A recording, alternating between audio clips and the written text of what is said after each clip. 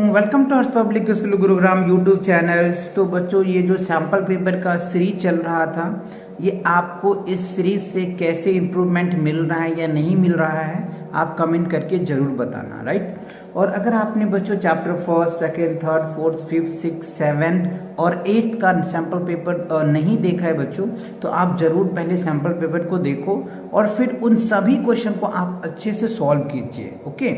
और फिर उसके बाद अपने आप को देखिए कि आप कितने क्वेश्चन को अटेम्प्ट कर पा रहे हैं, और अच्छे से सभी क्वेश्चन हो जा रहा है तो बहुत अच्छी बात है। और अगर आपको नहीं हो रहा है तो घबराने की कोई बात नहीं है।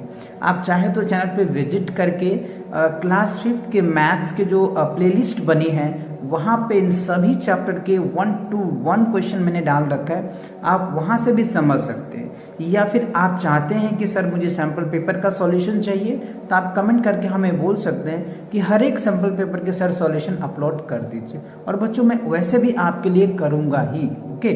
चलिए तो स्टार्ट करते हैं आज का सेशन। तो आज क्या है बच्चों, हमें चैप्टर 9 मेजरमेंट है। तो चैप्टर 9 का जो मेजरमेंट है उसका आज हम सैम्पल पेपर डिस्कस करेंगे। टोटल नंबर ऑफ क्वेश्चन आपको पता है कितना होता है बच्चों, 24 होते हैं। टोटल मार्क्स जो है 25 है।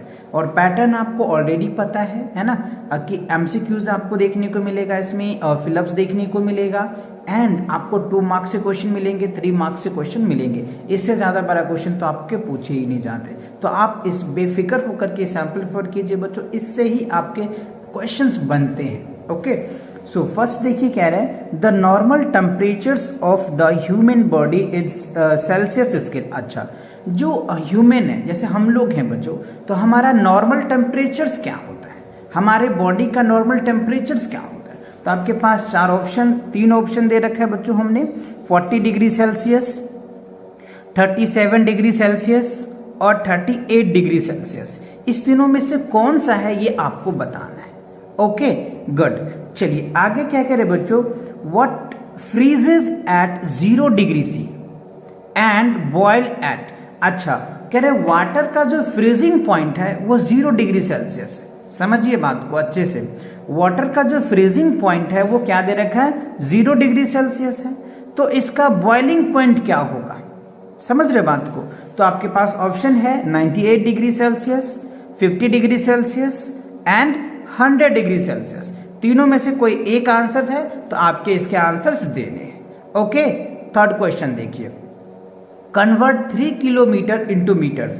तो आपको ये पता है बच्चों कि 1 मीटर में 1 किलोमीटर्स में कितने मीटर्स होते हैं, 1000 होता है। समझ गए बात को कि 1 किलोमीटर में क्या होता है, 1000 मीटर होता है। तो आपको पता होना चाहिए 3 किलोमीटर्स में कितने मीटर्स होंगे, ये आपके पास ऑप्शन है। समझ गए बातों को, वेरी गुड। चलिए क्वेश्चन नंबर 4 देख लेते हैं, कन्वर्ट 539 सेंटीमीटर इंटू मीटर। अच्छा, अब आप यहां पे देखिए, कह रहे सेंटीमीटर को मीटर में कन्वर्ट करना है। तो do you know 1 centimetre equal क्या होता है बच्चों, 1/100 होता है। क्या होता है, 1/100। बाय डिफॉल्ट आपको समझ आ गया होगा, अब आप यहाँ पे सॉल्यूशन कर सकते हैं। समझ आ गया ना, वेरी गुड। चलिए क्वेश्चन नंबर 5 देखते हैं, कंप्लीट द। अब ये जो कुछ फिलअप्स है इसको कंप्लीट करना है। तो कह रहे 6 kg में कितने ग्राम्स होते हैं। तो आपको ये पता है कि 1 kg में कितने ग्राम्स होते हैं। तो 1 kg में बच्चों कितने होते हैं, 1000 ग्राम होता है। क्या होता है, 1000 ग्राम होता है।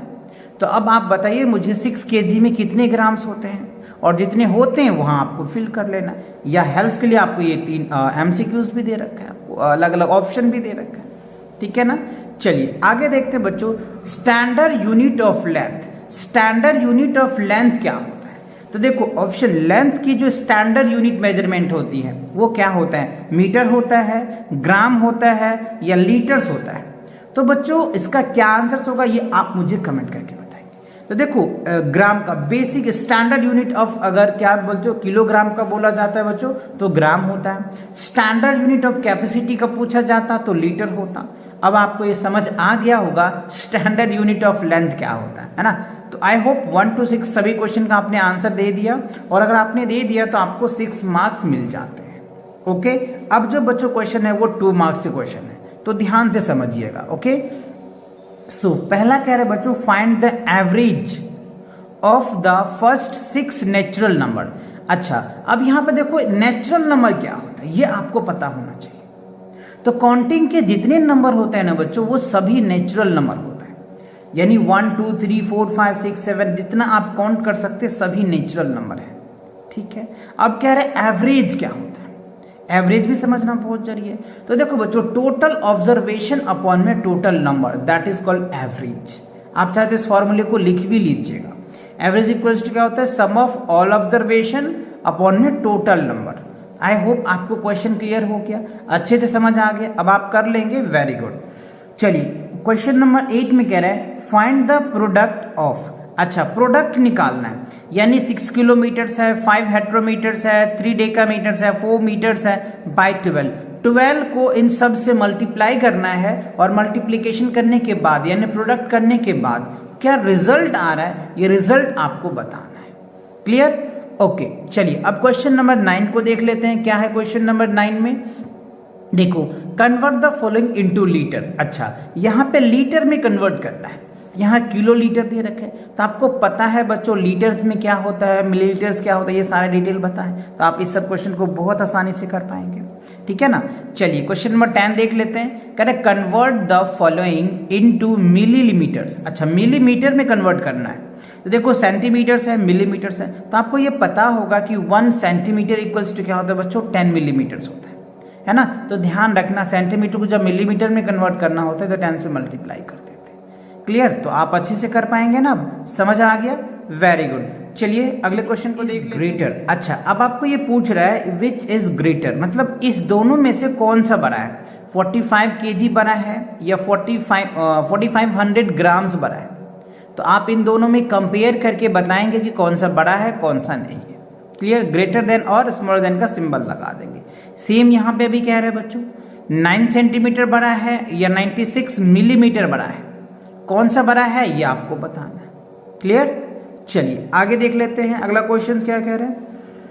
तो 12 में कह रहा है कि आकाश ट्रेवल 1224 किलोमीटर्स एंड 327 मीटर्स। ठीक है, इतना किलोमीटर्स और इतना किलोमीटर उन्होंने ट्रैवल किया, किसने बच्चों, आकाश ने। ओके, फिर कह रहा है कि Ruchi travel 924 kilometres and 28 metres and Parul travels 2498 kilometers and 370 meters. Find the total distance traveled by them. तो टोटल डिस्टेंस कितना कवर किया, आकाश और मारुचि एंड बच्चों क्या है तीसरा, पारुल, तीनों को आपको ऐड कर देना है। ऐड करके आपका रिजल्ट आ जाएगा, आपको समझ आ गया होगा।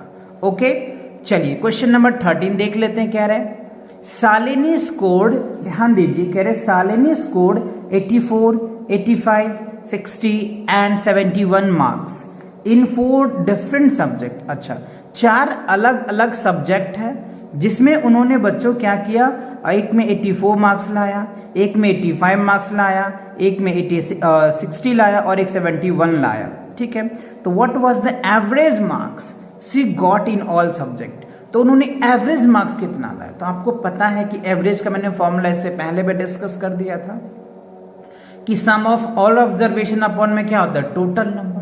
तो सभी ऑब्जर्वेशन को ऐड कीजिए और 4 से डिवाइड कर दीजिए, रिजल्ट आ जाएगा, एवरेज मार्क्स आ जाएगा।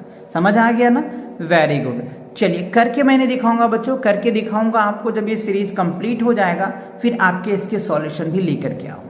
अभी आपको खुद प्रैक्टिस करनी है पहली बार। Okay, so first next question देखिए, कह रहे हैं फाइंड द सम। अच्छा, सम आपको पता है कि कैसे करना, इजी है। देखो 5 kg है, 6 hg है, 9 dag है और इतना, राइट। उसके बाद ये अलग है, तो this is the separate and separate. सभी को आप चाहो तो हॉरिजॉन्टल में कर लो या कॉलम में कर लो, आप जैसे करना चाहो वैसे करके इसको ऐड करके लिखना है, दैट्स इट। यानी सम मतलब क्या करना है, तीनों पार्ट को ऐड करना है और ऐड करके क्या रिजल्ट आएगा ये आपको लिखना है। आई होप आपको ये सभी क्वेश्चन अच्छे से एकदम क्रिस्टल क्लियर हो गया होगा। अब आप इनके सैंपल पेपर को एकदम अच्छे से सॉल्व कर लोगे, कोई दिक्कत नहीं होगी।